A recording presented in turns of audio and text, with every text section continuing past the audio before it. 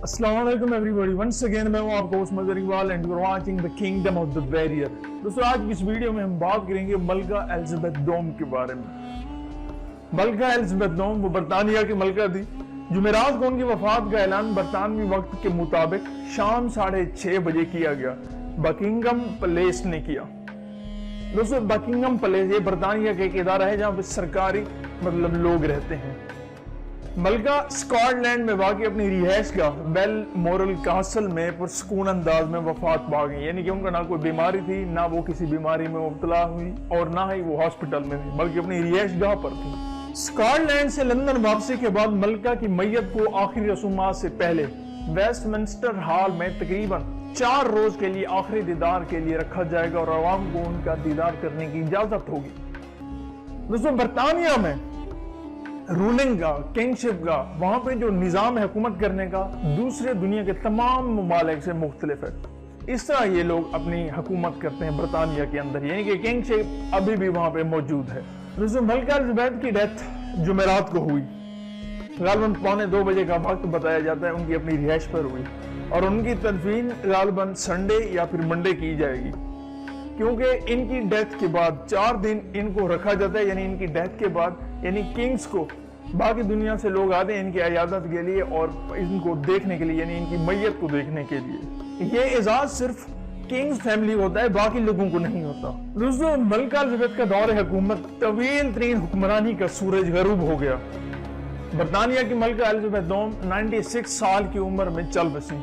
उनके इंतकाल पर मुल्क भर में 10 रोजा सोग का ऐलान किया गया, जबकि तदफीन लंदन बुर्ज ऑपरेशन के मंसूबे के तहत सर अंजाम होगी, यानी कि की जाएगी। उनके बड़े साहबजादे 37 ईयर चार्ल्स वो बरतानिया के बादशाह बन गए। बरतानिया को मुत्तहिदा बरतानिया इसलिए कहा जाता है, जो कि ऑस्ट्रिया, कनाडा, न्यूजीलैंड समेत 14 रियासतों का सरबराह होता है। दोस्तों, मलका एलिजाबेथ कौन थी? आइए इसको डिस्कस करते हैं। मलका एलिजाबेथ, उनका पूरा नाम एलिजाबेथ अलेक्जेंड्रा मैरी वेंट्स था, जो 21 अप्रैल 1926 को लंदन के इलाके में फेयर में बैरकली स्क्वायर में वाक़े एक घर में पैदा हुए। उसके वालिद का नाम David of the York Albert और उसकी वालिदा का नाम लेडी एलिजाबेथ होइज लेवन था। दोस्तों, एलिजाबेथ और उनकी बहन मार्गरेट रोज, जो सन 1930 में पैदा हुई थी, उन्होंने घर ही पर तालीम हासिल की और बहुत प्यार भरे खानदानी माहौल में परवरिश पाई, यानी कि किसी स्कूल में तालीम हासिल नहीं की। उनकी तालीम का जो सिस्टम था वो उनके घर पे ही बनाया हुआ था, क्योंकि किंग्स फैमिली से ये लोग ताल्लुक रखते थे। एलिजाबेथ अपने वालिद और दादा दोनों से इंतहाई करीब थे, यानी कि मोहब्बत थी उन दोनों को। 6 बरस की उम्र में एलिजाबेथ ने घुड़सवारी सिखाने वाले अपने उस्ताद को बताया कि वो दही जिंदगी गुजारना चाहती हैं, यानी कि देहात की जिंदगी गुजारना चाहती हैं, जहां उनके इर्द गिर्द बहुत से घोड़े और कुत्ते हों, यानी कि देहात की जिंदगी में यही चीजें होती हैं और उसे इन चीजों से रिगबत थी। मजीद ये कि बहुत ही कम उम्र से ही इंतहाई जिम्मेदार वो खातून थी। मुस्तकबिल के वजीर आजम विंस्टन चर्चिल ने उनके बारे में एक बार कहा था कि वो अपने बचपन में ही हाकमाना अंदाज रखती थी। उनके दादा जॉर्ज पंजुम वो बरतानिया के किंग रह चुके हैं। दोस्तों, वो कभी स्कूल नहीं गई, उनको कई जबानों पर अबूर हासिल था और उन्होंने आईनी तारीख का भी तफसीली मुताला किया हुआ था, यानी कि वो बरतानिया और दीगर ममालिक की तारीख भी जानती थी। और ये भी मैं आपको बता चुका हूँ कि वो स्कूल भी नहीं गई। एक खसूसी girl guides company the first Buckingham palace बनाई गई ताकि वो अपनी उम्र की लड़कियों के साथ घुल मिल सकें। ये इदारा सिर्फ शाही खानदान के लिए बनाया गया था। सन 1936 में जॉर्ज पंजुम की वफात के बाद उनके बड़े बेटे डेविड एडवर्ड हश्तुम के नाम से तख्त नशीन हुए, यानी कि इसके अंकल। ताहम शादी के लिए उन्होंने 2 बार तलाक याफ्ता अमेरिकी वेल्स सैमसन का इंतखाब किया, जो सियासी और मजहबी बुनियादों पर नाकाबिल कबूल था। साल के इख्तिताम पर वो वक्त से दस्तबरदार हो गए, यानी कि उन्होंने अपना तख्त छोड़ दिया। ये गवर्नमेंट की पॉलिसी होती है कि जैसा कि उसने अमेरिका की 2 मरतबा तलाक याफ्ता औरत से शादी की। दोस्तों, उस वक्त हालात बहुत खराब थे। डेविड ऑफ द यॉर्क बादशाह जॉर्ज छठम बन गए, यानी कि इसके वालिद। उनकी ताजपोशी से एलिजाबेथ को अंदाजा हुआ कि मुस्तकबिल में उनके लिए क्या है। अब रियाया सारी इसके वालिद के हाथ में थी। उस वक्त यूरोप में कुशीदगी बढ़ती गई, हालात बहुत ज्यादा खराब हो गए। ایک مرتبہ بادشاہ نے اپنی اہلیہ ملکہ الزبیتھ کے ساتھ مل کر بادشاہت پر عوامی اعتماد بحال کرنے کا بیڑا اٹھایا، یعنی کہ برطانیہ کی ذمہ داری لی۔ ان کی اسی مثال پر ان کی بڑی بیٹی نے بھی ان کا ساتھ دیا، یعنی کہ الزبیتھ دوم نے۔ سن 1939 میں اس وقت ملکہ الزبیتھ دوم کی عمر 13 برس تھی۔ بادشاہ اور ملکہ کے ساتھ ڈارٹ ماؤتھ میں رائل نیول کالج کے دورے پر گئی۔ یہ ایک شاندار تقریب تھی جس میں کنگز فیملی نے شرکت کی، جن کا استقبال ایک زبردست انداز میں کیا گیا اور آرمی کے ساتھ بینڈ باجے کے ساتھ کیا گیا۔ ان کے اور ان کی بہن مارگریٹ کا استقبال کرنے والے کینڈیڈیٹس میں سے ایک ان کے کزن اور دوسرے یونان کے شہزادہ فلپ بھی اس تقریب میں شامل تھے۔ دوسروں پرنس فلپ یہ شہزادی کو اچھے لگنے لگے۔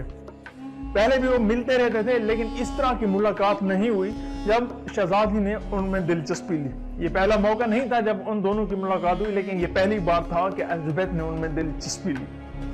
پرنس فلپ جب بھی نیوی سے چھٹی پر ہوتے تو اپنے شاہی رشتہ داروں کو بلاتے، اور سن 1944 تک جب الزبیتھ 18 برس کی تھی وہ واضح طور پر ان سے محبت کرنے لگی تھی۔ وہ پرنس فلپ کی تصویر اپنے کمرے میں رکھتی تھی اور دونوں میں خطوط کا تبادلہ بھی ہوتا رہتا تھا۔ دوستو پرنس فلپ یہ نیوی میں ایک شاہی افسر تھے۔ دوسری عالمی جنگ میں فتح کے روز وہ شاہی خاندان کے ساتھ بکنگھم پیلس آئیں، کیونکہ ہزاروں لوگ یورپ میں جنگ کے خاتمے کا جشن منانے کے لیے وہاں موجود تھے۔ وہ بعد میں یاد کرتی ہیں کہ ہم اپنے والدین سے پوچھا کیا ہم باہر گھومنے پھرنے جا سکتے ہیں، لیکن ہمارے والد نے ہمیں باہر جانے کی اجازت نہیں دی تھی۔ جنگ کے اختتام کے بعد انہوں نے شہزادہ فلپ سے شادی کی خواہش کی۔ یہاں پہ کافی مشکلات کا سامنا تھا۔ پہلے تو ان کو شادی کی اجازت نہیں دی گئی، نہ ہی شاہی خاندان کی طرف سے نہ ہی والدین کی طرف سے۔ خیر الزبیتھ نے اپنے والد کو شادی کے لیے منا لیا۔ اس جوڑے کے خواب پورے ہوئے اور 20 نومبر 1947 کو ویسٹ منسٹر ایبی میں ان کی شادی ہوئی۔ یہ ایک پیلس ہے، یہ خوبصورت ادارہ ہے، یعنی کہ بلڈنگ ہے۔ فلپ کو ڈیوڈ آف ایڈنبرا کا خطاب دیا گیا، مگر وہ بحریہ کے افسر رہے۔ کچھ دیر کے لیے انہیں مالٹا میں تعینات کیا گیا، جس کا مطلب تھا کہ یہ نوجوان جوڑا قدرے عام زندگی گزار سکتا تھا۔ ان کے پہلے بیٹے شہزادہ چارلس سن 1948 میں پیدا ہوئے، جس کے بعد ان کی بہن شہزادی این سن 1950 میں پیدا ہوئی۔ دوسری طرف ملکہ الزبیتھ کے والد وہ کافی جنگ کے دباؤ کی وجہ سے بہت پریشان تھے اور پھیپھڑوں کے کینسر کی جان لیوا بیماری میں مبتلا ہو چکے تھے۔ اس بیماری کے پیچھے یہ بھی وجہ تھی وہ بہت زیادہ سگریٹ نوشی کرتے تھے۔ دوستو جنوری 1952 میں الزبیتھ جو اس وقت 25 برس کی تھی اور فلپ بادشاہ کی جگہ بیرون ملک دورے پر روانہ ہوئے، کیونکہ بادشاہ کی طبیعت خراب تھی۔ ڈاکٹروں کے مشورے کے مطابق بادشاہ انہیں ایئرپورٹ چھوڑنے آئے۔ یہ آخری موقع تھا جب الزبیتھ نے اپنے والد کو دیکھا۔ الزبیتھ کینیا کے سیاحتی مقام پر پہنچ گئی۔ جب انہیں بادشاہ کی موت کی اطلاع ملی تب یہ کینیا میں ایک سیاحتی دورے پر تھی۔ وہ بطور نئی ملکہ فوراً لندن واپس پہنچی اپنے باپ کی ڈیتھ کی خبر سن کر۔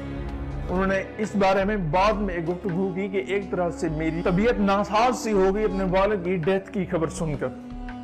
اب اس کے والد کی وفات کے بعد ملکہ الزبیتھ نے اس کنگ شپ کے تاج کو پہننا تھا۔ دوستو جون 1953 میں ان کی تاج پوشی کی تقریب کو وزیر اعظم ونسٹن چرچل کی مخالفت کے باوجود ٹی وی پر نشر کیا گیا۔ میں آپ کو پہلے بتا چکا ہوں کہ برطانیہ میں کنگ شپ والا سسٹم ہے، پہلے کنگ اس کے بعد وزیر اعظم، بعد میں ایک اور کابینہ ہوتی ہے۔ اس وقت جو وزیر اعظم تھے ونسٹن چرچل، وہ نہیں چاہتے تھے کہ یہ کنگ بنے۔ پہلی بار لاکھوں لوگ سکرینز کے سامنے جمع ہوئے اور انہوں نے ملکہ الزبیتھ دوم کو عہدے کا حلف اٹھاتے ہوئے دیکھا۔ برطانیہ میں اس وقت جنگ کے بعد کفایت شعاری کی مہم جاری تھی۔ بہت سارے لوگوں نے تاج پوشی کو الزبیتھ کے دور کی نئی صبح قرار دیا۔ دوسری عالمی جنگ سے برطانوی راج کا خاتمہ تیز ہوا۔ اپنے ایک اسپیشل انداز میں انہوں نے اس پر کچھ زیادہ کہنے کی بجائے بس اتنا کہا کہ میں نے اس کی کبھی خواہش نہیں کی تھی، یعنی کہ میں کنگ نہیں بننا چاہتی تھی۔ خاندان کے وقار پر نئے داغ لگتے رہے، جن میں ان کے شوہر کا کار حادثہ، ڈیوڈ آف ایڈنبرا کا ایک سزا یافتہ امریکی کاروباری شخصیت سے دوستی کا بڑا فیصلہ، اور شہزادہ ہیری کی شاہی خاندان میں زندگی سے بڑھتی اکتاہٹ کا شامل ہے۔ ان پریشان کن لمحات کے ہوتے ہوئے وہ ایسی حکمران بنی جنہوں نے حالات کو قابو میں رکھا۔ شاید یہ کہنا غلط نہ ہوگا کہ ملکہ کے دور کے آخر میں بادشاہت اس قدر مضبوط نہیں تھی جتنی شروع میں تھی۔ मगर उन्होंने इस बात को यकीनी बनाया कि बरतानवी शहरियों के दिलों में उनके लिए मोहब्बत और एहतराम अभी तक कायम है। बरतानिया में काफी चीजों के ऊपर मलका की तस्वीर अवेजन थी। बरतानिया में रोजमर्रा की चीजें यानी कि मसलन सिक्कों, डाक टिकटों, पासपोर्ट्स और दीगर कई अशिया पर मलका एलिजाबेथ की तस्वीर या खाका नजर आता है, क्योंकि वो तख्त पर 70 बरस तक परजमान रही। बरतानिया में ज़ैर गर्दें तमाम 29 अरब सिक्कों पर मलका एलिजाबेथ के सर का खाका मौजूद है। करेंसी बनाने के जिम्मेदार बरतानवी इदारे रॉयल मिंट ने अभी तो ये नहीं बताया कि वो शहजादा चार्ल्स सोम की तस्वीर के हामिल सिक्के कब जारी करेंगे, मगर ये मुमकिन है कि अगले कई बरसों तक मलका एलिजाबेथ की तस्वीर के हामिल सिक्के ज़ेरे गर्दिश रहेंगे और उन्हें तब्दील करने का मरहला बतदरीज यानी कि आगे होगा। सन 1967 से अब तक रॉयल मेल सर्विस ने मलका एलिजाबेथ डोम की तस्वीर के हामिल डाक टिकट जारी किए हैं। अब रॉयल मेल ऐसे टिकट्स की अशात बंद कर देगी और नए टिकट्स छापे जाएंगे जिनके ऊपर चार्ल्स के यानी कि उसके बेटे की शक्ल अवेजा होगी। शाही मोर, टमाटर की केचप और परफ्यूम जैसी कई रोजमर्रा की अशिया पर नजर आते हैं और गुज़श्ता एक सदी के करीब अरसे से सरबराह सुल्तनत या उनके शरीक हयात ने ऐसी प्रोडक्ट्स पर अपनी मोहर के इस्तेमाल की इजाजत दे दी है। जब ये इजाजत यानी कि वारंट जारी करने वाला शख्स वफात पा जाए तो उसके जारी किए गए तमाम रॉयल वारंट्स कल अदम हो जाते हैं और उन्हें इस्तेमाल कर रही कंपनी के पास उनका इस्तेमाल रोकने के लिए 2 बरस होते हैं। पासपोर्ट पर भी कारआमद रहेगी, मगर नए पासपोर्ट पर अब शाह चार्ल्स यानी कि किंग चार्ल्स सोम की मुनासबत से हिज मैजेस्टी लिखा जाएगा। स्कॉटलैंड से लंदन वापसी के बाद मलका की मैयत को आखिरी रसूमात से पहले वेस्टमिंस्टर हॉल में तकरीबन 4 रोज के लिए आखिरी दीदार के लिए रखा जाएगा और आवाम को उनका दीदार करने की इजाजत होगी। ये अजीम शान हॉल पैलेस ऑफ वेस्टमिंस्टर का कदीम तरीन हिस्सा है और हुकूमत बरतानिया का मरकज है, जहाँ पे रॉयल फैमिली रहती है और वहां पे मुख्तलिफ रॉयल फैमिली की तकरीबात होती हैं या सेरेमनी भी होती है। मलका की मैयत को 11वीं सदी में तामीर किए जाने वाले हॉल के करून वस्ता की लकड़ी के छत के नीचे एक बुलंद प्लेटफॉर्म पर रखा जाएगा जिसे कैटाफॉल कहा जाता है। प्लेटफॉर्म के हर कोने की हिफाजत इन यूनिट्स के सिपाही करेंगे जो शाही खानदान की खिदमत करते हैं।